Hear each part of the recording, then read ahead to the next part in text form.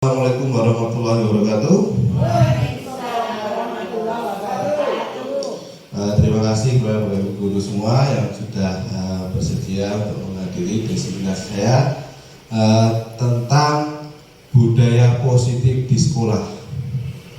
Ini kaitannya dengan penugasan sebagai CGP di modul 1.4 yaitu budaya positif. Ya, di sini nanti akan saya jelaskan, diseminasikan tentang apa yang sudah saya lakukan di sekolah kita yaitu SMK Negeri Sari yang berkaitan dengan budaya positif. Baik, sebelumnya supaya kita lebih semangat, kita jalankan moto sekolah kita dulu. Silakan berdiri dulu Bapak Ibu supaya kita semangat. Ya, kita jalankan moto kita. SMK Negeri Sari berkenan, unggul, mandiri. Baik, terima kasih teman-teman semua. Ya. Baik, di depan sudah ada slide di situ tentang aksi nyata modul 1.4 tentang budaya positif. Ya, silakan disampaikan oleh Ali Sabto Susilo, SPD Kor dari SMK Negeri Sari, CGP Angkatan 9 Kabupaten Gunung Kidul. Ya, ini budaya positif, Pak. Apa yang dimaksud budaya positif kira-kira? Ada yang tahu? Budaya yang baik. Ya, budaya positif adalah di sekolah adalah nilai dan kebiasaan di sekolah yang berpihak pada murid agar mereka dapat berkembang menjadi pribadi atau insan yang kritis, penuh hormat dan bertanggung jawab. Di sini intinya apa? Bahwa budaya itu kebiasaan yang baik, ya, yang baik yang tentunya akan dilakukan oleh murid kita, ya, sehingga nanti harapannya murid kita mempunyai kebiasaan yang baik, ya, sehingga kalau sudah mempunyai kebiasaan yang baik, akhirnya akan menjadi suatu habit atau budaya, ya, budaya positif. Ya, di sini ada juga disiplin positif. Disiplin positif adalah suatu pendekatan untuk menerapkan disiplin dari dalam diri anak tanpa hukuman dan hadiah. Disiplin positif perlu diterapkan baik dalam lingkungan keluarga maupun lingkungan sekolah. Ya, jadi bedanya apa di sini disiplin dan budaya positif, ya? Sebenarnya hierarki yang paling di atas yaitu disiplin positif, ya. Nah, untuk menghasilkan disiplin positif ini maka diperlukan adanya suatu kebiasaan yaitu yang disebut dengan budaya positif. Nah, ini budaya positif ini merupakan langkah untuk menghasilkan disiplin positif. Nah, di sini bisa kita lihat skemanya, ya. Di sini hierarki yang paling atas yaitu disiplin positif, budaya positif, di bawahnya kayak kelas dan kesepakatan kelas. Ini merupakan nanti pembiasaan yang paling kecil dilakukan yaitu di tingkat kelas masing-masing. Nanti harapannya Bapak Ibu guru sekalian bisa melakukan keempat hal ini.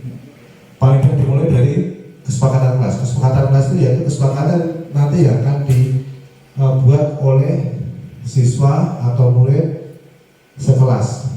Ya, jadi nanti setelah punya kesepakatan semacam seperti aturan kelas supaya nanti dalam bentuk pembelajaran maupun segala kegiatan yang ada di sekolah itu langsung dengan baik dan tertib. Ya, kita lanjut lagi. Ya, materi, ya.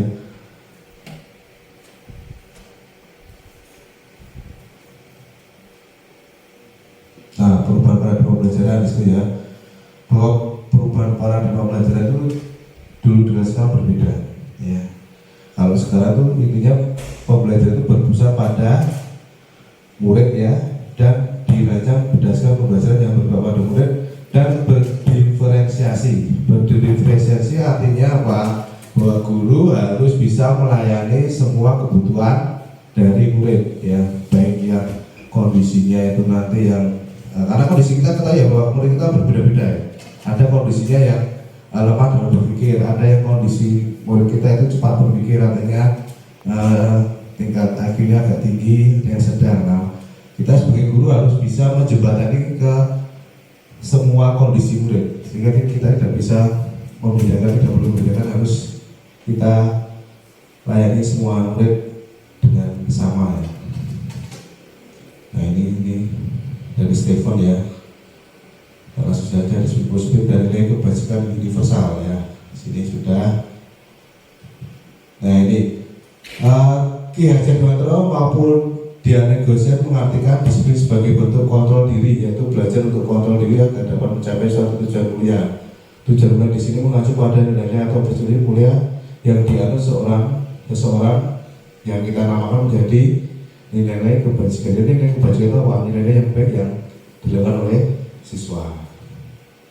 Motivasi manusia itu ada 3. Motivasi karena dia takut hukuman atau sanksi, motivasi karena dia, yang kedua karena dia ingin dihargai atau diberi suatu imbalan ya, dan motivasi yang ketiga ini yang paling penting ya, yaitu untuk menjadi orang yang mereka inginkan dan menghargai diri sendiri dengan nilai yang mereka percaya. Dan ini motivasi ini yang nantinya akan kita dorong menjadi budaya di sekolah. Tuh, dan berikutnya kebutuhan dasar manusia. Di sini ada kebutuhan untuk bertahan hidup, kasih sayang, rasa terima, diterima, kebebasan, kesenangan dan penguasaan atau power. Berikut fungsi kontrol restitusi ya.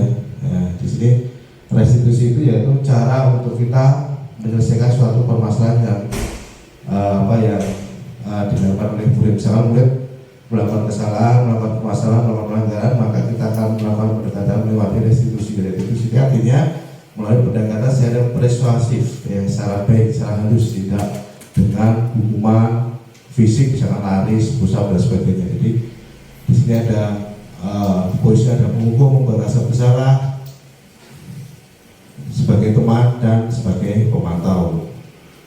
Yang terakhir sebagai manajer. Nah, ini manajer adalah posisi di mana guru berbuat suatu bersama dengan murid, mempersilahkan murid, mempertanggungjawabkan perilakunya, mendukung murid agar dapat menemukan solusi atas permasalahannya sendiri. Nah, ini keyakinan kelas nanti yang harapannya kita semua membuat ya. Keyakinan kelas adalah metode untuk menimbulkan kembali disiplin positif yang didasari oleh motivasi dari dalam diri. Implementasinya yang lain tidak ada belakang bahwa masih di lingkungannya beberapa murid yang masih diingatkan untuk melakukan tindakan kebaikan atau kedisiplinan. Ya ini ya, ini langkah-langkah melakukan keyakinan kelas, yaitu tanya pendapat murid, eksplorasi ide dari murid, ambil kesimpulan dari ide murid, ubah ide menjadi keyakinan kelas, dan adanya pengakuan dari keyakinan kelas secara resmi, misalkan pengakuan dari wali kelas dan juga guru yang lain supaya tahu. Ya. Segitiga restitusi yaitu seperti yang sudah saya jelaskan di atas, bahwa restitusi itu cara untuk menyelesaikan suatu masalah terhadap siswa dengan persuasif, dengan cara yang halus, tidak dengan penuh hukuman seperti fisik ya dan sebagainya. Ini ada tiga langkah. Menstabilkan identitas. Jika murid berbuat salah, maka ada kebutuhan dasar yang tidak terpenuhi, sehingga ketika murid dalam kondisi emosional, maka setelah guru menstabilkan identitas murid tersebut. Jadi menstabilkan kondisi dulu ya. B, memvalidasi tindakan yang salah. Jadi ditanya dulu kenapa melakukan tindakan yang salah. Setelah tahu alasannya, baru menanyakan keyakinan itu apa, solusi yang ingin dilakukan oleh murid tersebut untuk memperbaiki kesalahannya apa. Ya, itu namanya menanyakan keyakinan. Ya, penutup ya. Demikian nanti saya sampaikan dalam kegiatan pembahasan materi di modul 1 T4. Melalui kegiatan ini saya berharap teman sejawat atau teman guru dapat berkolaborasi untuk nantinya dapat mengimplementasikan tentang budaya musik di sekolah kita. Ini kegiatan kelas ya. Contohnya yang sudah saya lakukan di kelas ya, khususnya di kelas 10 TB AKLB ya, saya sudah melakukan ya, dan beberapa pelajaran lain teman TB juga sudah ya. Ini prosesnya seperti ini ya, proses diskusi dalam kelas. Nah ini salam guru penggerak, bergerak dan menggerakkan. Ya, terima kasih.